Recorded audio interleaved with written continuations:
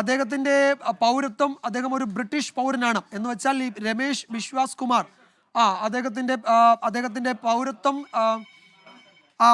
Great Britain GBR, അദ്ദേഹം ഒരു British പൗരനാണ്. GBR എന്നതാണ് അദ്ദേഹത്തിൻ്റെ നാഷണാലിറ്റി. നമ്മൾ അങ്ങനെ വേണം, കാരണം അദ്ദേഹം ഒരു ബ്രിട്ടീഷ് പൗരനാണ് എന്നാണ് ഈ ഘട്ടത്തിൽ നമ്മൾ കരുതുന്നത്. അദ്ദേഹത്തിൻ്റെ ബ്രിട്ടീഷ് പൗരത്വമാണുള്ളത്. അദ്ദേഹം ഒരുപക്ഷെ അദ്ദേഹത്തിന് ഒരു ഇന്ത്യൻ പശ്ചാത്തലം, ഇന്ത്യൻ ബന്ധമുണ്ട്.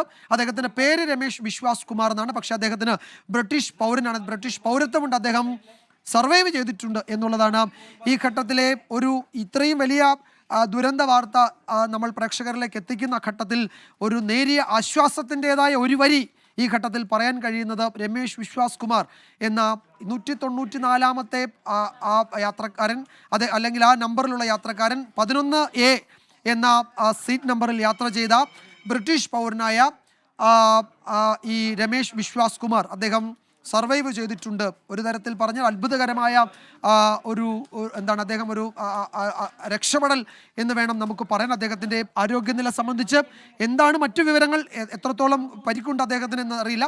കാഴ്ചയിൽ അദ്ദേഹത്തിന് അത്രയും ഗുരുതരമായ ആരോഗ്യ പ്രശ്നങ്ങളില്ല എന്നാണ് മനസ്സിലാക്കുന്നത്. മറ്റു കാര്യങ്ങൾ അതൊരു ആശുപത്രിയിൽ നിന്ന് വരേണ്ടതാണ്. പക്ഷേ അദ്ദേഹം മാത്രമാണ് അതിൽ രക്ഷപ്പെട്ടത് എന്നുകൂടി നമ്മൾ ഓർക്കേണ്ടതുണ്ട്. അദ്ദേഹം അക്കാര്യം പറയേണ്ടതുണ്ട്. ആ അപകടത്തെ അതിജീവിച്ച ഏക യാത്രക്കാരനാണ് ഈ രമേശ് വിശ്വാസ് കുമാർ. അത് ഒരു പക്ഷേ ഈ അപകടത്തിൻ്റെ ഏറ്റവും പ്രധാനപ്പെട്ട വിവരങ്ങൾ തിരികെ പറയാൻ, അത് അന്വേഷണ ഏജൻസികളോടൊക്കെ പറയാൻ അവശേഷിക്കുന്ന ഒരു യാത്രക്കാരൻ കൂടിയാണ് അദ്ദേഹം. വളരെ വേഗത്തിൽ സാധാരണ ജീവിതത്തിലേക്ക് തിരികെ വരട്ടെ എന്ന് നമുക്ക് ആഗ്രഹിക്കാം, അങ്ങനെ പ്രത്യാശ പ്രകടിപ്പിക്കാം. ഈ ഘട്ടത്തിൽ നൽകാൻ കഴിയുന്ന പ്രധാനപ്പെട്ട വിവരം അതാണ്. ഉന്മേഷ് സൂചിപ്പിച്ചതുപോലെ രാജ്യം നടുക്കിയ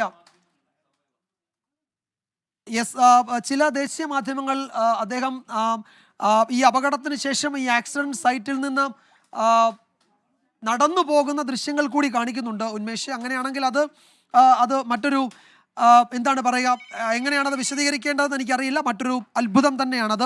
ഇത്രയും വലിയൊരു അപകടത്തിന് ശേഷം അദ്ദേഹം എമർജൻസി എക്സിറ്റ് വഴി പുറത്തേക്ക്, ആ വിമാനത്തിൻ്റെ എമർജൻസി എക്സിറ്റ് വഴി പുറത്തു ചാടി നിസ്സാര പരിക്കുകളോടെ അദ്ദേഹം ഈ ആക്സിഡൻറ്റ് സ്പോട്ടിൽ നിന്ന് നടന്നു നീങ്ങി എന്നാണ് പറയുന്നത്. നടന്നു നീങ്ങുന്ന ചില ദൃശ്യങ്ങൾ പുറത്തു വരുന്നുണ്ട്. ദേശീയ മാധ്യമങ്ങൾ ആ ദൃശ്യങ്ങൾ നൽകുകയും ചെയ്യുന്നു. ഇന്ത്യ ടുഡേ ആ ദൃശ്യം ഇപ്പോൾ നൽകുന്നുണ്ട്.